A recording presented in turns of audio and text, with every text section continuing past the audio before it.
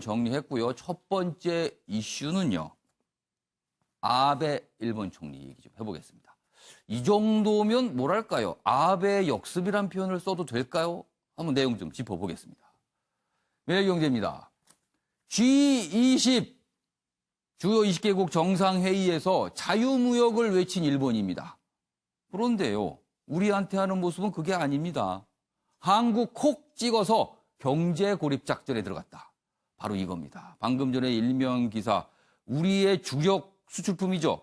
반도체, 스마트폰, 그다음에 TV. 여기에 들어가는 세 가지 주요 소재, 일본이 세계 시장 점유율 70%, 최대는 90%까지 갖고 있거든요. 이거를 우리한테 지금 안 팔 심산인 것 같아요. 우리로서는 비상이 걸린 겁니다. 내용 자세히 보겠습니다. 여기 보시면 아베 총리, 그러니까 일본 정부가 왜 이러는지에 대한 분석이 좀 담겨 있습니다. 이달만 일본 참의원 절반 교체, 선거가 있습니다. 선거, 일본. 우리로 치면 국회의원 선거가 있는 거죠.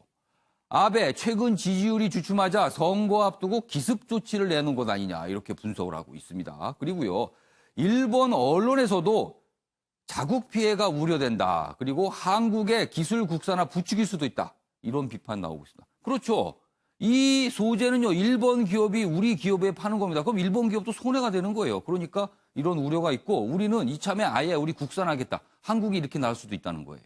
그걸 일본 내에서 걱정한다는 겁니다. 그리고 중국은요. 트럼프한테 배웠나? 이렇게 비판한답니다. 트럼프 대통령이 중국산에서 뭐 관세, 뭐 경제 보복 막 이러고 있잖아요. 그러니까 이걸 보고 중국이 약간 이렇게 비판하고 있다. 이런 내용도 있습니다. 관련 기사 하나 더 보죠. 자, 그럼 이런 일본의 조치, 우리한테, 우리 기업에게 구체적으로 어떤 피해가 갈까요? 여기 있습니다. 반도체, 일본 보복이 지속될 때는 최대 6개월 후에 생산이 스톱, 멈출 수도 있다는 겁니다. 일본이 핵심 재료 세계 수출 규제를 발표했는데요.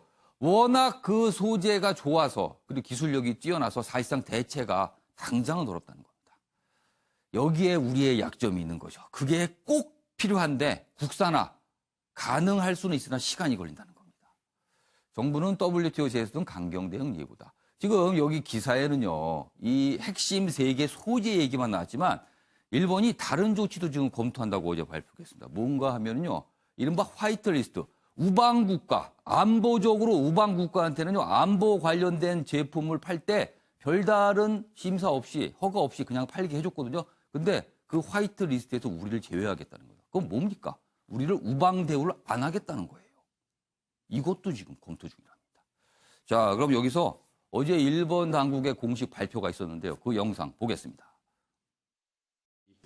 今回のサミットでは自由、公正、無差別、そして開かれたマーケット、公平な競争条件といった自由貿易体制を支える基本的対抗措置ではありません。韓国との信頼関係の下でですね、輸出管理に取り組むことが困難になっていることに加えて、 자, 최영수 의원님. 여기 아까 매일경제 기사에 잠깐 언급은 됐습니다만 아베 총리 지금 무슨 생각을 하면서 우리한테 이러는 걸까요? 일단 기본적으로 그 강제징용 배상 판결이 나온 이후에 예. 지금 한일 간에 여러 가지 일들이 꼬여 있습니다. 꼭 예. 강제징용 판결 아니라 하더라도 예. 제주 관함식 때 우길기 계약 문제라든지 초계기 동해상에서 갈등이 있었죠. 갈등이라든지 해가지고 여러 가지 갈등이 중첩됐는데 어느 것 하나 시원하게 지금 뭐 해법을 내놓은 게 없습니다. 상호간에. 그래서 지금 앞서 그 기자회견 과정에서 예. 그런 강제징용하고 이번 조치하고는 관계가 없다고 입으로는 얘기했지만 일본 언론에서는 그 부분이 궁금해서 질문하는데 없다라고 얘기를 해요. 누가 봐도 관계가 있는 조치라고 볼 수밖에 없는 그거는 상황이고 마음속엔 있으나 얘기를 안 하는 거겠죠? 그렇죠. 자기네들이 일본 오사카 G20 회의에서 불과 며칠 전까지 자유무역을 그렇게 주창을 그렇습니다. 했었습니다. 미국이나 중국을 상대로 자유무역이 세계가 사는 길이다 예. 했는데 지금 다른 문제 때문에 이런 경제보복 조치를 취한다고 그러면은 예. 당장 자기네들의 은행 불일치가 드러나니까 뭐 어떤 특정한 사건 때문에 이런 경제보복 조치를 예. 취하는 건 아니다고 말하고 있지만 예. 뭐 전후 맥락을 본다면은 이것이 연관성 없다고 볼 사람은 아무도 없는 것 굳이 같습니다. 밝힌 이유는 그 제품들을 한국에 수출하는 과정에 뭔가 문제가 있다. 그래서 구체적으로 그 문제가 뭔지 밝혀라 그런데 얘기를 안 해요. 지금 그 상황입니다, 지금. 여하튼 뭐 저 눈 가리고 아웅식인데 예. 어제 여하튼 반도체 산업에 종사하시는 분들 얘기를 들어보니까 예. 이것이 이제 제재 기간이 얼마나 되느냐에 따라서 그 충격이나 영향이 크게 달라지게 돼 예. 있다는 해석이었습니다. 그러니까 예. 지금 현재 상태에서는 반도체가 사실은 공급 과잉입니다. 그래서 일정 기간 동안은 이 재고 소진이라든지 반도체 가격이 지금 최근 1년 동안 33%나 떨어졌거든요. 그래서 이 재고가 소진되면서 반도체 가격이 상승할 수 있는 어쩌면 모멘텀이 될 수도 있습니다. 그렇지만은 이게 앞서 그 앵커께서 기사를 소개해 줄 때 6개월이라든지 이렇게 예. 장기화된다면은 예. 정말 세계 경제 전체에 엄청난 타격을 주게 될 것이거든요. 그렇죠. 그래서 이 전체 기관들을 예. 어떻게 관리해 나갈 것인가에 대해서 뭐 일본 정부도 어떤 계획이 있겠지만 예. 우리 정부가 어떻게 이 위기를 기관별로 관리해 나갈 것인가 거기에 대한 시나리오가 꼭 있어야 된다고 봅니다. 지금요, 이 문제, 만약에 일본이 저런 조치가 지속돼서 우리가 반도체를 만드는 게 차질을 빚게 되면요, 우리 반도체는요, 전 세계가 쓰는 겁니다. 그럼 다른 나라들이 제품을 못 만들 수도 있습니다. 일본, 이거 감당할 수 있습니까? 그러니까 이거 해결해야 되거든요, 지금. 자, 그럼 지금부터 그 해결 방안에 대한 얘기 좀 해보겠습니다. 먼저 우리 정부의 대응에 관한 기사가 있습니다. 여기 보시죠. 예고된 보복이었는데 정부가 아니했다. 이런 비판 목소리가 나오고 있답니다. 왜 그런가 하면요. 여기 내용이 있습니다. 지난 3월에 아소 부총리가 이미 보복을 시사했습니다. 언급을 한 겁니다. 조치가 있을 수 있다고. 그럼 그때 움직였어야 되는 거 아니냐는 거죠. 주일 대사관은 발표 때까지 감감이었다. 대법원, 그러니까 강제징용 피해자 관련 대법원 판결로 시나리오별 준비가 없고 일본과 최소한 협의 채널도 유지 못했다. 전문가들 국제법적 큰 문제 없는 제재일 수도 있다. 한국의 불공정한 대우를 강조해야 된다. 뭐 이런 뭐 대응 방안 뭐 논의도 있다고 합니다. 그러니까 지난 3월에 이미 뭔가 조짐이 있었다는 겁니다. 그럼 막을 수 있었다는 거잖아요. 지금 정부 뒤늦게 전방위 대책을 추진하고 있다. 지금 회의하고 있긴 합니다. 자, 이와 관련된 기사 하나 더 있습니다. 보시죠. 자, 그럼 우리는 당장에 쓸 수 있는 카드가 없는가? 이른바 반격입니다.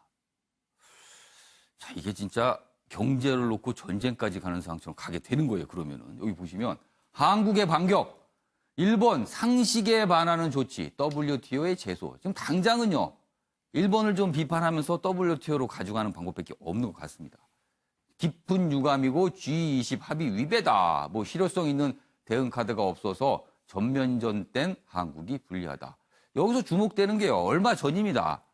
지난달 25일 강경화 외교장관이 국회에서 이런 보복과 관련돼서 한 얘기가 있거든요. 그래서 그걸 좀 영상으로 저희가 준비했는데 다시 한번 듣고요. 얘기 이어가도록 하겠습니다. 보시죠. 외교 당국으로서는 그런 상황이 발생하지 않도록 면밀히 준비를 하고 협의를 하고 있습니다. 보복 조치가 있을 경우에는 저희도 가만히 있을 수는 없을 것으로 생각이 됩니다.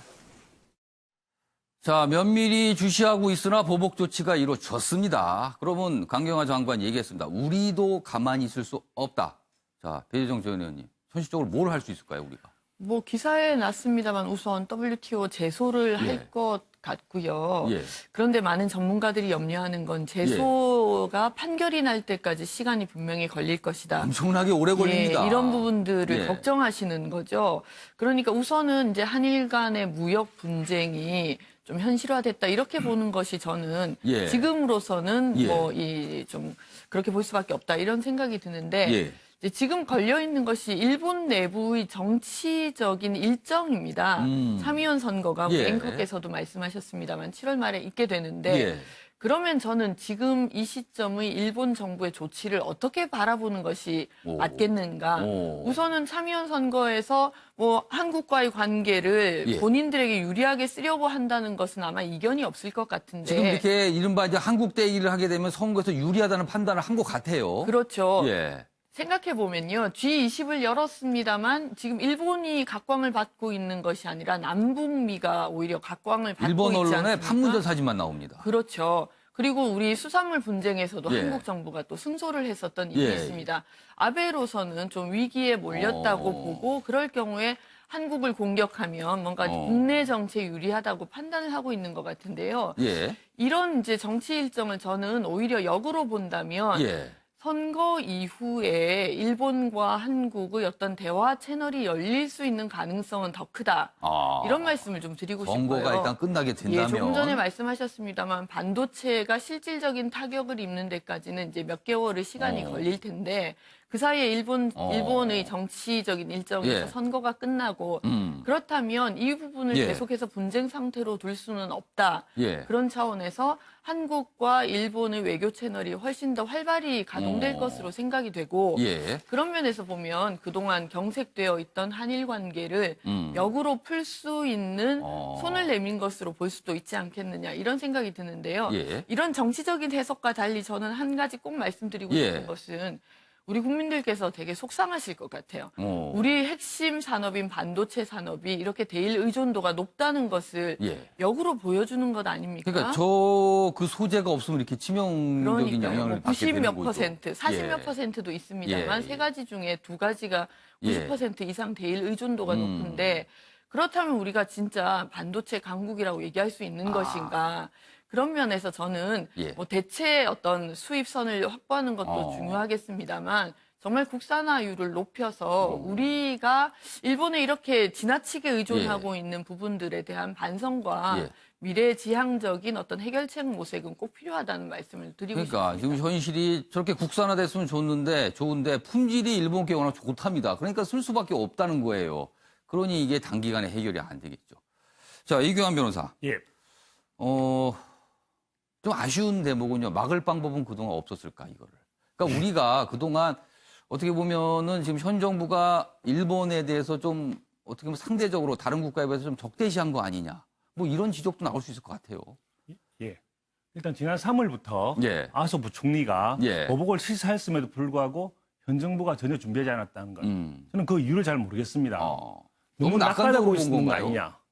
일본이 아무런 대응을 하지 않을 것이다. 예. 강제징용이라고 하는 어떤 감정적인 어떤 일본 예. 입장에서 보면 예. 감정적인 어떤 결과에 대해서 일본이 아무런 무슨 대응을 할 수 있을까라고 생각을 하고 안이하게 있었던 거 아닌가라는 생각을 떨쳐버릴 수가 없습니다. 근데 과연 일본이 그렇게 하지 않을 것이 명백한데도 불구하고 이렇게 했던 것은 제가 보기에 이 외교 당국에서 예.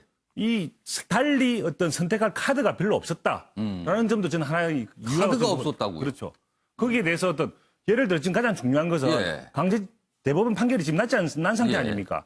이 판결이 났고 그것을 집행하자고 지금 신청한 상태인데 또 사법부 일인데 우리가 내세운 논리도 이거는 사법부 일이기 때문에 정부로서 할 것이 없다라는 이야기인데 실제로 그렇게 진행을 해버리면 예. 채권자 입장에서 예. 강제 집행을 해버리면 그것을 막을 것이 없는데 그것들이 단계적으로 진행되는 데 따라서 기분이 나쁜 것은 일본 정부인데 거기에 따라 일본 정부가 당연히 시나리오별로 어떻게 대처할 것이 충분히 예견될 수 있음에도 불구하고 정부로서는 과연 무엇을 할 수 있는가라고 생각을 해보면 별로 카드가 없었다고 볼 수가 있는 거죠. 그럼에도 불구하고 정부는 거기에 대한 대응을 했어야 되는데 예. 아무런 시나리오에 대한 시나리오 없이 예. 일본의 보복 조치에 어떤 예견된 예. 어떤 조치가 없다는 것은 역시 정부 당국자의 어떤 안이한 태도가 역시 문제였다라고 볼 수가 없는 거죠. 알겠습니다. 양지열 변호사, 우리로서는 더 기분 나쁜 게요. 문재인 대통령이 아베 총리를 G20에서 만난 게 며칠 안 됐어요. 그때도 인사를 뭐 8초만 하고 거의 뭐 빨리 가라는 식으로 이렇게 손짓하면서 그런 모습이어서 분위기가 안 좋네 그랬는데 끝나자마자 바로 이런 조치가 나온 거예요. 이거는요. 이건 누가 봐도 의도적 아닙니까? 그렇죠. 그리고 사실 아베 총리는 조금 전에 이제 발표에서는 예. 이번 G20에서 자유주의의 목소리를 굉장히 높였다고 하는데 예. 이 국제적인 통상 분야의 전문가들의 분석은 한결같이 이번 G20에서 자유주의는 진짜 죽었다. 이제 보호무역주의로 완전히 돌아섰다. 아예 선언문에서도 빠졌다라는 거죠. 그런데 이번에 일본 아베 총리의 조치가 굉장히 좀 이상한 게 예. 자국 보호주의에도 어긋나는 조치인 거죠. 아까도 얘기가 나오셨지만 저거 일본이 수출하는 걸 막겠다는 거거든요. 그렇죠. 통상 보호주의면요 물건이 수입되는 걸 막잖아요. 그렇죠. 그러니까 이게 굉장히 희한한 어떻게 나가는 보면 걸 지금 보복이 못 되는 나가겠다는 건데 것 같아요. 우리가 사실 잊지 말아야 될 것은요. 여기 갑과 을의 관계에 있어서 반도체에 있어서는 우리가 갑입니다. 그러니까 우리의 일본 대일 적자가 27조고 예. 적자는 얘기는 일본이 27조로 흑자를 보고 있다는 얘기고 예. 그중에 상당 부분을 반도체가 차지하고 있거든요. 아. 그게 좀 이상한 보복인 거예요. 그러니까 저런 소재 같은 걸 우리가 사니까 우리에게 되는 적자가 거고. 발생한다는 거네요. 그렇죠. 그리고 지금 아셔야 될 게 지금 부품들이 예. 우리 흔히 이제 휴대폰 광고할 때 OLED라는 표현 요즘 많이 쓰잖아요. 예, 예. 그러니까 예전에는 빛이 이 반사판 안에서 다른 조명이 예, 있었는데 소재 하나하나가 빛을 내기 때문에 훨씬 선명도가 올라가는 건데 상당한 식견을 갖고 계신 거죠. 제가 이제 이런 쪽을 OLED에 IT 대해서. 업종을 좋아합니다. 그런데 이 OLED가 지금 굉장히 중요한 상황인 게 예. 전 세계적으로 스마트폰 시장이 다 포화 상태인데 그걸 예. 뚫기 위해서 지금 만들어지고 있는 게 이제 이른바 폴더블 폰이에요. 그게 화웨이가 제일 처음으로 내놨고 300만 원대 고가지만 예. 삼성도 내놨고 예. 애플도 다음 시즌쯤에는 내놓을 것이다라는데 거기에 가장 중요한 게 OLED거든요. 소재거든요. 그러면 이게 일본에서 우리한테 맡기면 아까 우리 이걸 뭐 국산화해야 되는 거 아니냐 예. 했지만 사실은 이 반도체 구조가 전 세계 체인 구조로 돼 있기 때문에 그렇죠. 우리는 그럼 그걸 갖다가 우리가 쓰느냐? 아니에요. 이것도 중간 단계에서 우리가 만들어서 원래도 패널 만들어서 중국하고 그렇죠. 미국에 다른 팔아야 나라도 돼요. 다 사서 써야 돼요, 그거. 다른 나라가 우리 걸 제일 많이 쓰거든요. 예, 예. 그럼 화웨이하고 애플이 죽는단 말이에요. 이 구조 속에서 일본이 이거를 어떻게 끌고 그리고 갈 수 있을 중국하고 것이냐. 미국이 이건 뭐지라고 할 수도 있겠네요. 그렇죠. 그걸 우리가 이용을 해야 되는 거고 다행스럽게도 이번 G20 과정에서 화웨이로 극단적인 사태로 치닫던 미국과 중국이 예. 일단 화웨이 모드로 돌아갔거든요. 예. 그러니까 이게 경제 영역에서 벌어지는 거고 기업의 영역이기 때문에 우리가 적극적으로 정보할 수 있는 건 많지는 않지만 그런 상황의 구조를 잘 이용할 수 있도록 조치들을 간접적으로 도와줘야죠. 아베 총리가 그걸 계산했을까요? 우리한테 그 소재 3가지 안 판다고 해서 그게 우리한테만 끝나는 게 아니라 그 피해가 미국도 가고 일본도 가고 다 간다는 거 이거 계산했을지 모르겠습니다.